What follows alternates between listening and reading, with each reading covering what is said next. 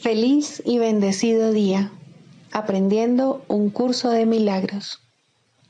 El secreto de la verdadera oración es olvidarte de las cosas que crees necesitar.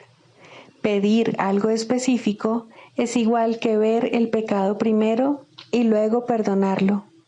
Del mismo modo, al orar pasas por alto tus necesidades específicas, tal como las ves, y las dejas en manos de Dios.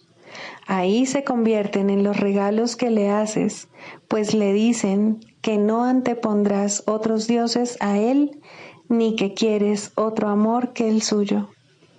Este libro es un comienzo, no un final.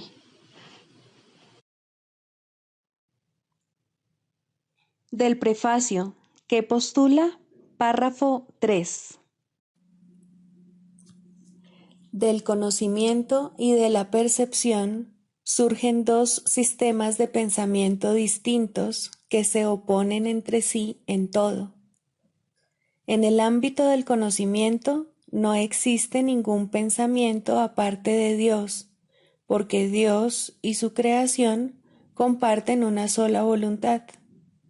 El mundo de la percepción, por otra parte, se basa en la creencia en opuestos, en voluntades separadas y en el perpetuo conflicto que existe entre ellas y Dios. Lo que la percepción ve y oye parece real porque sólo admite en la conciencia aquello que concuerda con los deseos del perceptor. Esto da lugar a un mundo de ilusiones, mundo que es necesario defender sin descanso, precisamente porque no es real. Introducción. Este es un curso de milagros, es un curso obligatorio. Solo el momento en que decides tomarlo es voluntario. Tener libre albedrío no quiere decir que tú mismo puedas establecer el plan de estudios. Significa únicamente que puedes elegir lo que quieres aprender en cualquier momento dado. Este curso no pretende enseñar el significado del amor, pues eso está más allá de lo que se puede enseñar. Pretende, no obstante, despejar los obstáculos que impiden experimentar la presencia del amor, el cual es tu herencia natural. Lo opuesto al amor es el miedo, pero aquello que todo lo abarca no puede tener opuestos. Este curso puede, por lo tanto, resumirse muy simplemente de la siguiente manera. Nada real puede ser amenazado. Nada irreal existe. En esto radica la paz de Dios. Capítulo 1. El significado de los milagros. Primero, principios de los milagros. Principio 2. Los milagros, de por sí, no importan. Lo único que importa es su origen, el cual está más allá de toda posible evaluación. Capítulo 18. El final del sueño. 6. Más allá del cuerpo. No hay nada externo a ti. Esto es lo que finalmente tienes que aprender, pues es el reconocimiento de que el reino de los cielos te ha sido restaurado. Pues eso fue lo único que Dios creó, y Él no lo abandonó ni se separó a sí mismo de Él. El reino de los cielos es la morada del Hijo de Dios, quien no abandonó a su Padre ni mora separado de Él. El cielo no es un lugar, ni tampoco una condición. Es simplemente la conciencia de la perfecta unicidad y el conocimiento de que no hay nada más, nada fuera de esta unicidad, ni nada adentro. ¿Qué otra cosa podría dar Dios sino el conocimiento de sí mismo? ¿Hay algo más que se pueda dar? La creencia de que puedes dar u obtener otra cosa, algo externo a ti, te ha costado la conciencia del cielo y la de tu identidad. Y has hecho algo todavía más extraño, de lo cual ni siquiera te has percatado. Has transferido la culpabilidad de tu mente a tu cuerpo. El cuerpo, no obstante, no puede ser culpable, pues no puede hacer nada por su cuenta. Tú, que crees odiar a tu cuerpo, no haces sino engañarte a ti mismo. Odias a tu mente, pues la culpabilidad se ha adentrado en ella y procura mantenerse separada de la mente de tu hermano, lo cual no puede hacer. Las mentes están unidas, los cuerpos no. Solo al atribuirle a la mente las propiedades del cuerpo, parece posible la separación. Y es la mente la que parece ser algo privado y estar fragmentada y sola. Proyecta su culpabilidad, que es lo que la mantiene separada, sobre el cuerpo, el cual sufre y muere, porque se le ataca a fin de mantener viva la separación en la mente e impedir que conozca su identidad. La mente no puede atacar, pero puede forjar fantasías y ordenarle al cuerpo que las exteriorice. Mas lo que el cuerpo hace nunca parece satisfacer a la mente. A menos que la mente crea que el cuerpo está realmente exteriorizando sus fantasías, lo atacará proyectando aún más culpabilidad sobre él. En esto la mente está claramente engañada. No puede atacar, pero sostiene que sí puede. Y para probarlo, se vale de lo que hace para hacerle daño al cuerpo. La mente no puede atacar, pero puede engañarse a sí misma. Y eso es todo lo que hace cuando cree que ha atacado al cuerpo. Puede proyectar su culpabilidad, pero no puede deshacerse de ella proyectándola. Y aunque es obvio que puede percibir la función del cuerpo erróneamente, no puede cambiar la función que el Espíritu Santo le asignó a éste. El cuerpo no es el fruto del amor. Aún así, el amor no lo condena y puede emplearlo amorosamente, respetando lo que el Hijo de Dios engendró y utilizándolo para salvar al Hijo de sus propias ilusiones. ¿No te gustaría que los medios de la separación fueran reinterpretados como medios de salvación y se usasen para los fines del amor?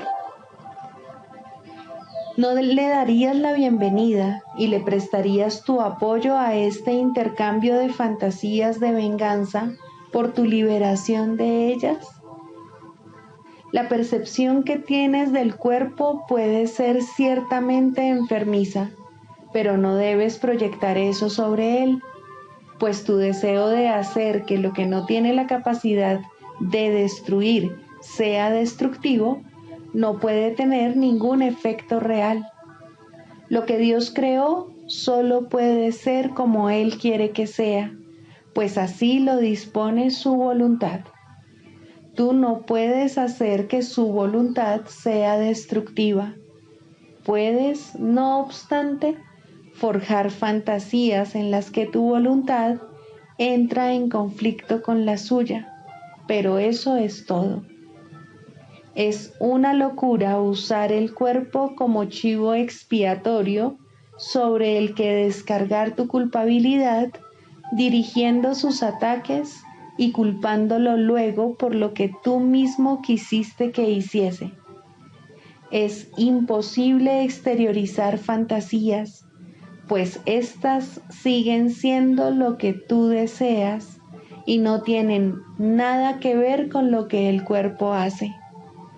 El cuerpo no sueña con ellas y lo único que éstas hacen es convertirlo en un lastre en vez de en algo útil, pues las fantasías han hecho de tu cuerpo tu enemigo, algo débil, vulnerable y traicionero, merecedor del odio que le tienes.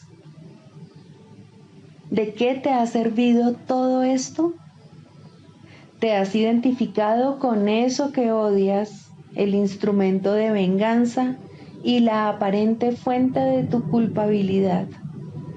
Le has hecho esto a algo que no tiene significado, proclamándolo la morada del Hijo de Dios y haciendo luego que se vuelva contra él.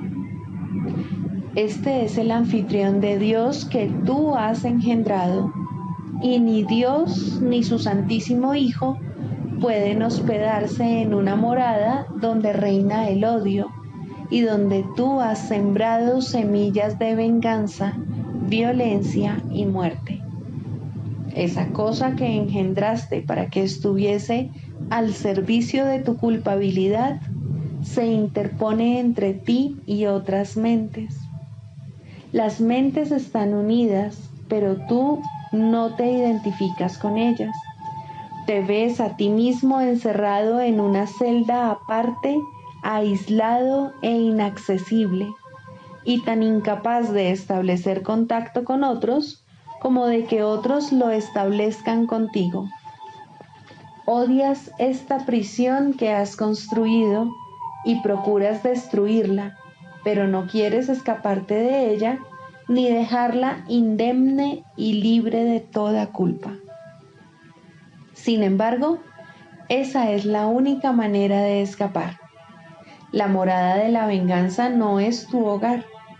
El lugar que reservaste para que albergase a tu odio no es una prisión, sino una ilusión de ti mismo. El cuerpo es un límite que se le impone a la comunicación universal, la cual es un atributo eterno en la mente. Mas la comunicación es algo interno. La mente se extiende hasta sí misma. No se compone de diferentes partes que se extienden hasta otras. No sale afuera. Dentro de sí misma es ilimitada y no hay nada externo a ella. Lo abarca todo. Te abarca completamente. Tú te encuentras dentro de ella y ella dentro de ti. No hay nada más en ninguna parte, ni jamás lo habrá. El cuerpo es algo externo a ti y solo da la impresión de rodearte, de aislarte de los demás y de mantenerte separado de ellos y a ellos de ti. Pero el cuerpo no existe. No hay ninguna barrera entre Dios y su Hijo no puede estar separado de sí mismo, salvo en ilusiones. Esa no puede ser su realidad, aunque Él crea que lo es. Solo podría serlo si Dios se hubiese equivocado. Dios habría tenido que crear de modo diferente y haberse separado de su Hijo para que eso fuese posible. Él habría tenido que crear diferentes cosas y establecer diferentes órdenes de realidad de los que solo algunos fuesen amor. Pero el amor tiene que ser eternamente igual a sí mismo, sin alternativas e inmutable para siempre. Y, por lo tanto, así es. Tú no puedes poner una barrera a tu alrededor porque Dios no puso ninguna entre tú y Él. Puedes alzar la mano y tocar el cielo. Tú, cuya mano se encuentra asida a la de tu hermano, has comenzado a extenderte más allá del cuerpo, pero no fuera de ti mismo, para alcanzar juntos la identidad que compartís. ¿Cómo iba a encontrarse dicha identidad fuera de vosotros donde Dios no está? ¿Acaso es Él un cuerpo? ¿E iba a haberte creado diferente de sí mismo y donde Él no podría morar? Él es lo único que te rodea. ¿Qué limitaciones puedes tener tú a quien Él abarca? Todo el mundo ha experimentado lo que podría describirse como una sensación de ser transportado más allá de sí mismo. Esta sensación de liberación va mucho más allá del sueño de libertad que a veces se espera encontrar en las relaciones especiales. Es una sensación de habernos escapado realmente de toda limitación. Si examinases lo que esa sensación de ser transportado realmente supone, te darías cuenta de que es una súbita pérdida de conciencia corporal y una experiencia de unión con otra cosa en la que tu mente se expande para abarcarla. Esa otra cosa pasa a formar parte de ti al tú unirte a ella, y tanto tú como ella os completáis, y ninguno se percibe entonces como separado. Lo que realmente sucede es que has renunciado a la ilusión de una conciencia limitada y has dejado de tenerle miedo a la unión. El amor que instantáneamente reemplaza a ese miedo se extiende hasta lo que te ha liberado y se une a ello. Y mientras esto dura, no tienes ninguna duda acerca de tu identidad ni deseas limitarla. Te has escapado del miedo y has alcanzado la paz, no cuestionando la realidad, sino simplemente aceptándola. Has aceptado esto en lugar del cuerpo y te has permitido a ti mismo ser uno con algo que se encuentra más allá de este, al simplemente no permitir que tu mente esté limitada por él. Esto puede ocurrir independientemente de la distancia física que parezca haber entre ti y aquello a lo que te unes, independientemente de vuestras respectivas posiciones en el espacio o de vuestras diferencias de tamaño y aparente calidad. El tiempo es irrelevante. La unión puede ocurrir con algo pasado, presente o con algo que se prevé. Ese algo puede ser cualquier cosa y estar en cualquier parte. Puede ser un sonido, algo que se ve, un pensamiento, un recuerdo o incluso una idea cualquiera sin ninguna referencia concreta. Mas siempre te unes a ellos sin reservas porque lo amas y quieres estar a su lado. Por eso te apresuras a ir a su encuentro, dejando que tus limitaciones se desvanezcan, aboliendo todas las leyes que tu cuerpo obedece y apartándote serenamente de ellas. No hay violencia alguna en este escape. No se ataca al cuerpo, sino simplemente se le percibe correctamente. El cuerpo no puede limitarte, ya que esa no es tu voluntad. En realidad, no se te saca de él, ya que no puede contenerte. Te diriges hacia donde realmente quieres estar, adquiriendo, no perdiendo, una sensación de ser. En estos instantes en que te liberas de toda restricción física, experimentas mucho de lo que sucede en el instante santo. Un levantamiento de las barreras del tiempo y del espacio, una súbita experiencia de paz y alegría. Mas, por encima de todo, pierdes toda conciencia del cuerpo y dejas de dudar acerca de si todo esto es posible o no. Es posible porque tú lo deseas. En la súbita expansión de conciencia que tiene lugar, solo con que tú lo desees, reside el irresistible atractivo del instante santo. Te exhorta a que seas tú mismo en la seguridad de su abrazo. Ahí se te libera de todas las leyes de la limitación y se te da la bienvenida a la mentalidad receptiva y a la libertad. Ven a este lugar de refugio donde puedes ser tú mismo en paz, no mediante la destrucción ni mediante un escape, sino simplemente mediante una serena fusión, pues la paz se unirá a ti allí sencillamente porque has estado dispuesto a abandonar los límites que le habías impuesto al amor y porque te uniste a él allí donde mora y a donde te condujo en respuesta a su dulce llamada a que estés en paz.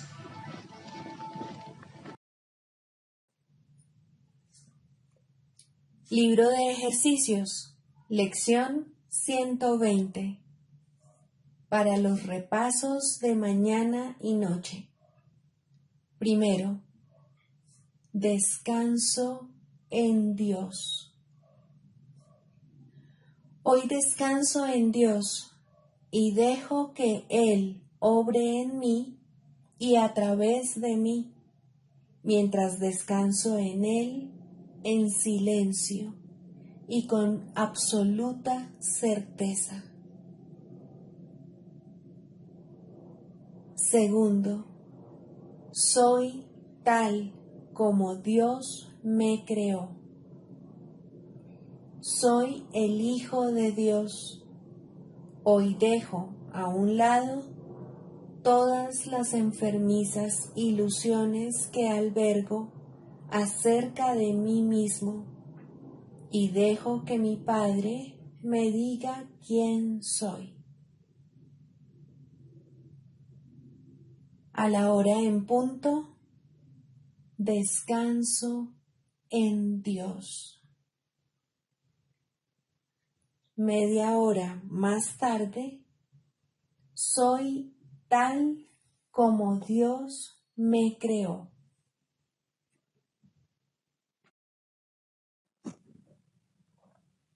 Características de los maestros de Dios. 10. Mentalidad abierta. El papel central que ocupa la mentalidad abierta, quizá el último de los atributos que el maestro de Dios adquiere, puede entenderse fácilmente cuando se reconoce la relación que guarda con el perdón. La mentalidad abierta procede de una ausencia de juicios. De la misma manera en que los juicios cierran la mente impidiéndole la entrada al Maestro de Dios, de igual modo la mentalidad abierta lo invita a entrar. De la misma manera en que la condenación juzga al Hijo de Dios como malvado, de igual modo la mentalidad abierta permite que sea juzgado por la voz de Dios en su nombre. De la misma manera en que la proyección de la culpabilidad sobre él lo enviaría al infierno, de igual modo la mentalidad abierta permite que la imagen de Cristo le sea extendida. Solo aquellos que tienen una mentalidad abierta pueden estar en paz, pues son los únicos que ven razones para ello. ¿Cómo perdonan los que tienen una mentalidad abierta? Han renunciado a todas las cosas que les impediría perdonar. Han abandonado realmente el mundo y han permitido que éste les sea restaurado con tal frescura y en júbilo tan glorioso que jamás hubiesen podido concebir un cambio así. Nada es ahora como era antes.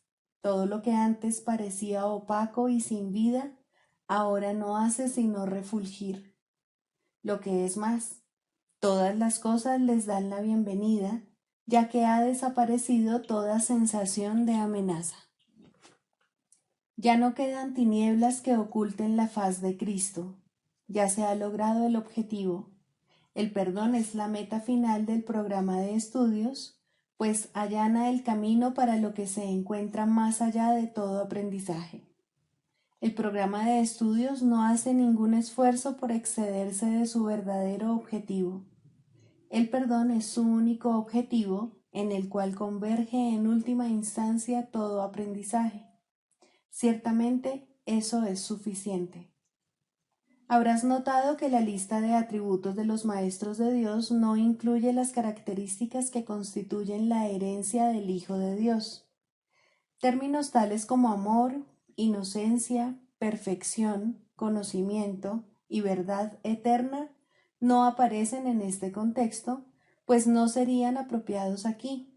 Lo que Dios ha dado está tan remotamente alejado de nuestro programa de estudios que el aprendizaje no puede sino desaparecer ante su presencia. Sin embargo, mientras su presencia esté velada, el enfoque ha de centrarse necesariamente en el programa de estudios. La función de los maestros de Dios es llevar al mundo el verdadero aprendizaje. Propiamente dicho, lo que llevan es un desaprendizaje, que es a lo único que se le puede llamar verdadero aprendizaje en este mundo. A los maestros de Dios se les ha encomendado la función de llevar al mundo las buenas nuevas del completo perdón. Bienaventurados son, en verdad, pues son los portadores de la salvación.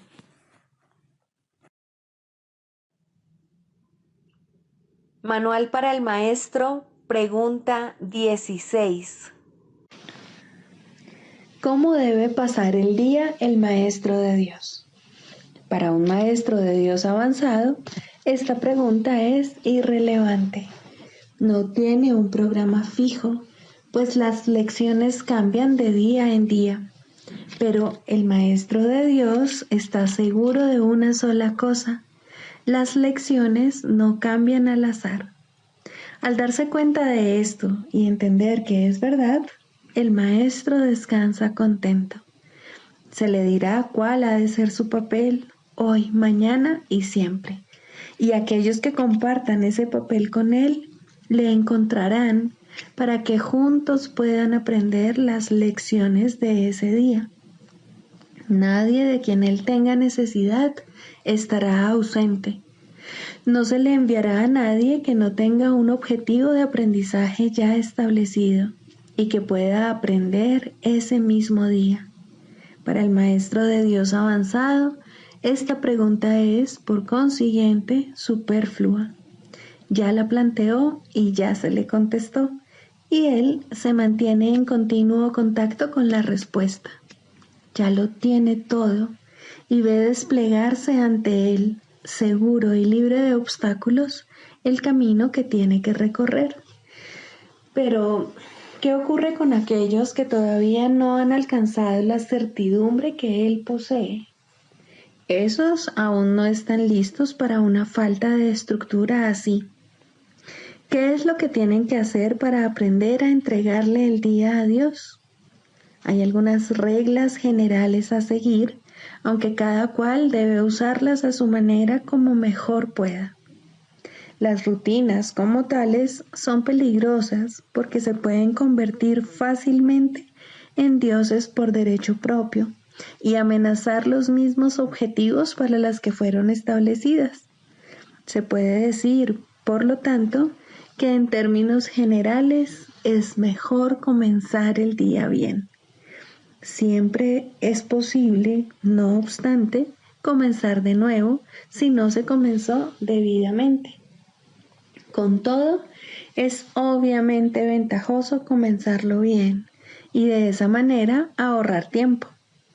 En un principio es aconsejable pensar en función del tiempo, aunque este no es de ningún modo el criterio esencial, probablemente es el más fácil de observar al principio.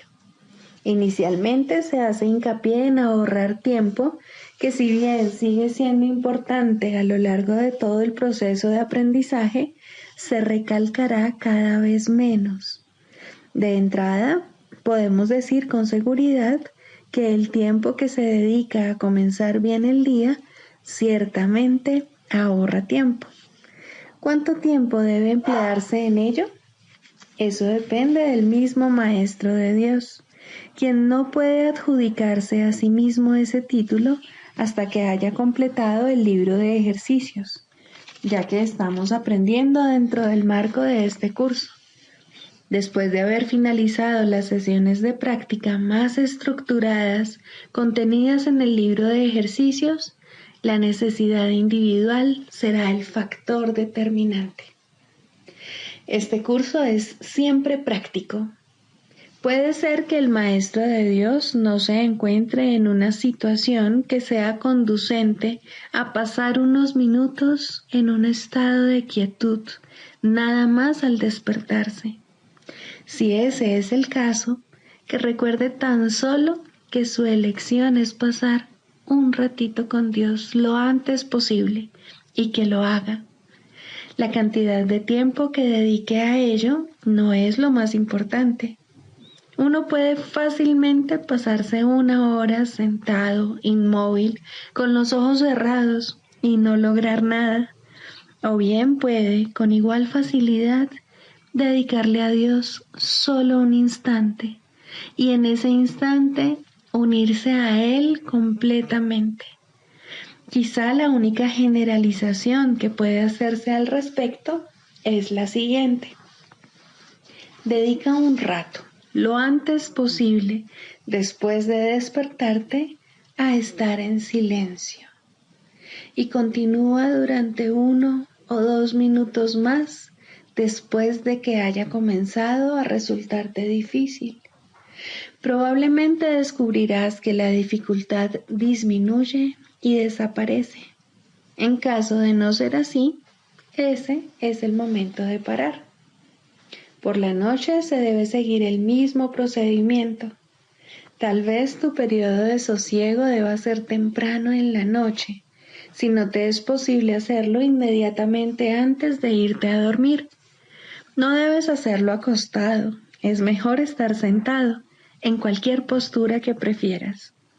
Habiendo completado el libro de ejercicios, seguramente habrás llegado a algunas conclusiones al respecto. Si te es posible, un momento apropiado para dedicárselo a Dios es justo antes de irte a dormir. Esto pone a tu mente en un estado de reposo y te aparta del miedo. Si te resulta más conveniente hacerlo más temprano, asegúrate al menos de no olvidarte pasar un rato, aunque sea solo un momento, en el que cierras los ojos y piensas en Dios. Hay un pensamiento en particular que debe recordarse a lo largo del día. Es un pensamiento de pura dicha, de paz, de liberación ilimitada.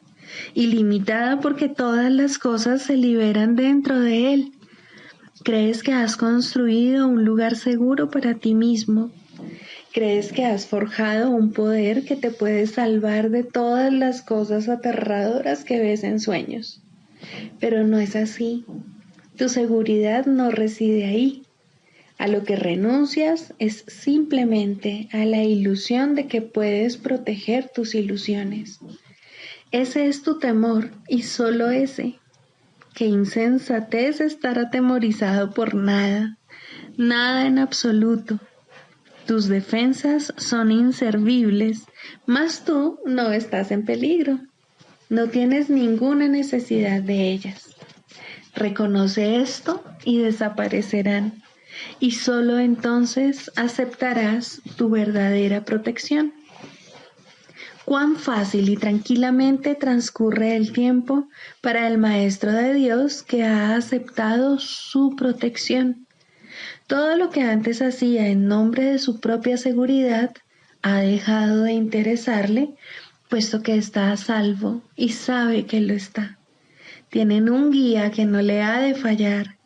No es necesario que haga distinciones entre los problemas que percibe, porque aquel a quien acude reconoce que no hay grados de dificultad en su resolución. Está tan a salvo en el presente como lo estaba antes de que su mente aceptase las ilusiones y como lo estará cuando las haya abandonado. Su estado no cambia con la ocasión o con el lugar, porque todas las ocasiones y todos los lugares son uno para Dios. En esto reside su seguridad, no tiene necesidad de nada más. Con todo, habrá tentaciones a lo largo del camino que al Maestro de Dios aún le queda por recorrer y tendrá necesidad de recordarse a sí mismo durante el transcurso del día que está protegido. ¿Cómo puede hacer eso? Especialmente en los momentos en que su mente está ocupada con cosas externas. Lo único que puede hacer es intentarlo, y su éxito dependerá de la convicción que tenga de que va a triunfar. Deberá tener absoluta certeza de que su éxito no procede de él, pero que se le dará en cualquier momento, lugar o circunstancia que lo pida. Habrá ocasiones en que su certeza flaqueará, y en el momento en que esto ocurra, el Maestro de Dios volverá a tratar, como antes, de depender únicamente de sí mismo. No olvides que eso es magia, y la magia es un pobre sustituto de la verdadera ayuda. No es suficientemente buena para el Maestro de Dios, porque no es suficientemente buena para el Hijo de Dios. Evitar la magia es evitar la tentación, pues toda tentación no es más que el intento de sustituir la voluntad de Dios por otra. Estos intentos pueden parecer ciertamente aterradores, pero son simplemente patéticos. No pueden tener efectos, ya sean buenos o malos, sanadores o destructivos, tranquilizadores o aterradores, gratificantes o que exijan sacrificio. Cuando el Maestro de Dios reconozca que la magia simplemente no es nada, habrá alcanzado el estado más avanzado.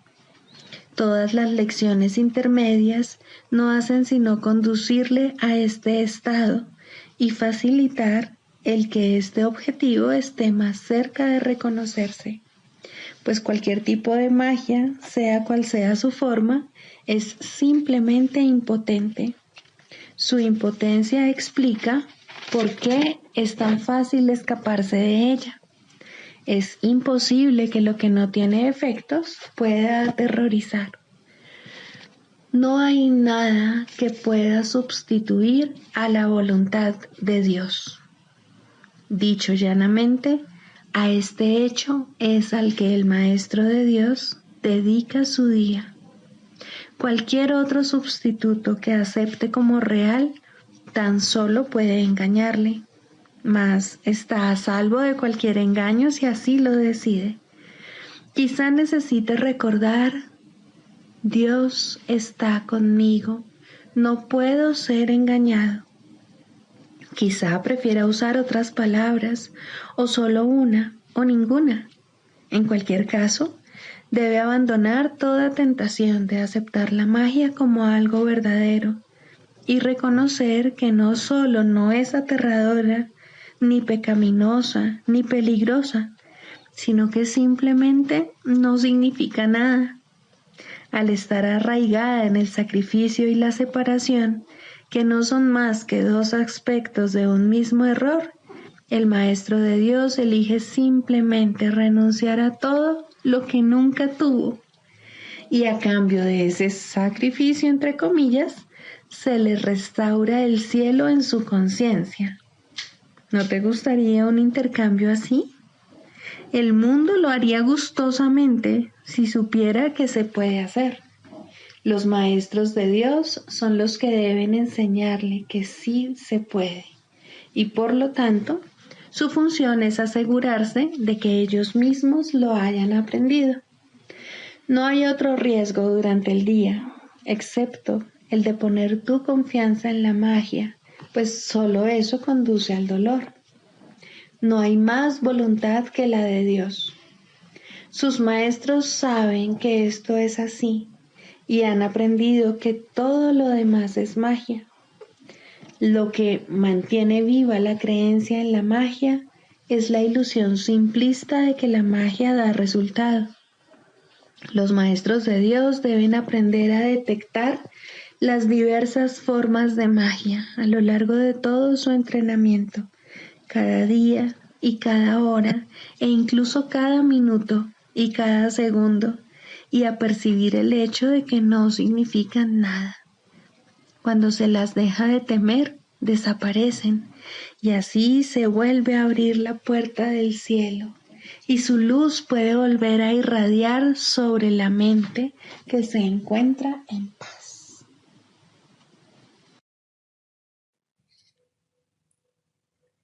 Clarificación de términos. Introducción. Este no es un curso de especulación filosófica, ni está interesado en una terminología precisa. Se orienta únicamente hacia la expiación o corrección de la percepción. El medio de la expiación es el perdón. La estructura de la conciencia individual es esencialmente irrelevante, puesto que es un concepto que representa el error original o pecado original. Estudiar el error en sí no conduce a la corrección, si es que en efecto quieres tener éxito en poder pasarlo por alto. Y es precisamente este proceso de pasar por alto lo que el curso se propone enseñar. Todos los términos son potencialmente polémicos y quienes buscan controversia la encontrarán, mas quienes buscan clarificación también la encontrarán. Deben estar dispuestos, no obstante, a ignorar la controversia, reconociendo que es una defensa contra la verdad que se manifiesta en forma de maniobras dilatorias. Los argumentos teológicos como tales son necesariamente polémicos, ya que dependen de creencias y, por lo tanto, pueden ser aceptados o rechazados. Una teología universal es imposible, mientras que una experiencia universal no solo es posible, sino necesaria. Alcanzar esa experiencia es lo que el curso se propone. Solo cuando ésta se alcanza es posible la consistencia, porque solo entonces se acaba la incertidumbre. Este curso opera dentro del marco de referencia del ego, pues ahí es donde se necesita. No se ocupa de lo que está más allá de todo error, ya que está planeado únicamente para fijar el rumbo en dirección a ello. Por lo tanto, se vale de palabras, las cuales son simbólicas y no pueden expresar lo que se encuentra más allá de todo símbolo. El ego es el único que pregunta, puesto que es el único que duda. El curso simplemente ofrece otra respuesta, una vez que se ha planteado una pregunta. Dicha respuesta, no obstante, no recurre a la inventiva o al ingenio. Estos son atributos del ego. El curso es simple, tiene una sola función y una sola meta.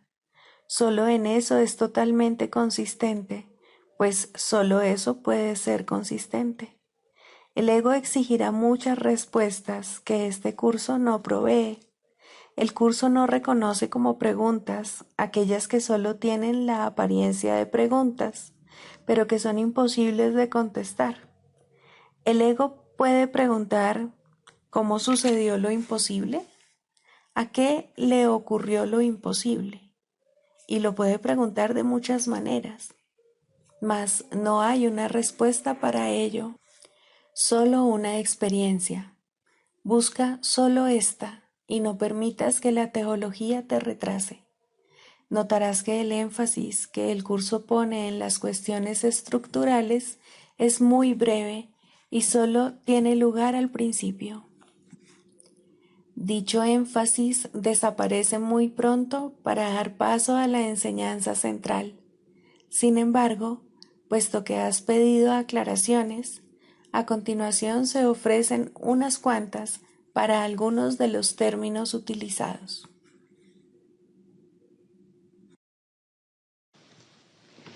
Psicoterapia. Segundo, el proceso de la psicoterapia. Introducción. La psicoterapia es un proceso que cambia la visión del yo. A lo sumo, este nuevo yo es un concepto de sí mismo más beneficioso, pero no puede esperarse que la psicoterapia establezca qué es realidad. Esa no es su función. Si logra abrirle paso a la realidad, ha alcanzado su máximo éxito. Toda su función, al final, consiste en ayudar al paciente a manejar un error fundamental, la creencia de que la ira le ofrece algo que en realidad desea y de que al justificar el ataque se está protegiendo a sí mismo. En la medida en que llegue a darse cuenta de que esto es un error, en esa misma medida se ha salvado realmente. Los pacientes no entran en una relación terapéutica con este objetivo en mente. Por el contrario, tales conceptos significan poco para ellos o no necesitarían ayuda. Su objetivo es ser capaces de conservar su concepto del yo exactamente como está, pero sin el sufrimiento que ello conlleva. Todo su equilibrio descansa sobre la insensata creencia de que esto es posible. Y como resulta tan claramente imposible para la mente sana, lo que buscan es magia. En las ilusiones, lo imposible se consigue fácilmente, pero a costa de hacer realidad las ilusiones. El paciente ya ha pagado su precio. Ahora quiere una ilusión mejor. Al comienzo, pues, la meta del paciente y la del terapeuta son divergentes. Tanto el terapeuta como el paciente pueden abrigar falsos conceptos de sí mismos, pero aún así, sus respectivas percepciones sobre la mejoría deben ser distintas. El paciente espera aprender a lograr los cambios que quiere sin cambiar su concepto de sí mismo de manera significativa. De hecho, espera que ese concepto se estabilice lo suficiente para incluir en él mismo los poderes mágicos que busca en la psicoterapia. Desea volver invulnerable lo vulnerable e ilimitado lo finito. El yo que ve es su Dios y lo único que busca es servirle mejor. Sin importar cuán sincero pueda ser el propio terapeuta, debe querer cambiar el concepto que el paciente tiene de sí mismo de alguna manera que considera real. La tarea de la terapia es reconciliar estas diferencias. Con suerte, ambos aprenderán a abandonar sus metas originales, pues solo en las relaciones puede hallarse la salvación. Al comienzo, es inevitable que tanto los pacientes como los terapeutas acepten metas irreales que no están completamente libres de matices mágicos. Finalmente, estas se abandonarán en las mentes de ambos. El canto de la oración. Tercero, orar por otros. Dijimos que siempre oras por ti mismo y así es. ¿Por qué entonces debes orar por otros? Y si debes hacerlo, ¿cómo lo debes hacer? Orar por otros, si se ha entendido correctamente, se convierte en el medio para eliminar la culpa que has proyectado sobre tu hermano y poder reconocer que no es él quien te está haciendo daño. Antes de que se te pueda salvar de la culpa, debes renunciar al pensamiento venenoso de que él es tu enemigo, tu malvada contraparte, tu némesis. El medio para alcanzar esto es la oración de un poder creciente y metas ascendentes, hasta que finalmente llega a Dios. Las formas iniciales de la oración en los primeros peldaños de la escalera no están libres de envidia y malicia, claman venganza, no amor. Tampoco proceden de alguien que entiende que son peticiones de muerte hechas con miedo por quienes atesoran la culpa. Invocan a un Dios vengativo y es Él quien parece contestarles. Nadie puede pedir el infierno para otro y él mismo librarse de él. Solo aquellos que están en el infierno pueden pedir el infierno. Pero aquellos que han sido perdonados y han aceptado su perdón, jamás podrían orar de esa manera. En estos niveles, pues, la meta del aprendizaje no es otra cosa que reconocer que la respuesta a cualquier oración será idéntica a la forma en que la oración se hizo. Eso es suficiente. A partir de ahí, el paso a los siguientes niveles será fácil. El próximo ascenso comienza con esto. Lo que he pedido para mi hermano no es lo que querría para mí. Por lo tanto, lo he convertido en mi enemigo. Es evidente que este paso no lo puede dar quien no ve la liberación de otros como algo ventajoso y de valor para sí mismo. Puede aplazarse por largo tiempo porque puede parecer peligroso en lugar de compasivo.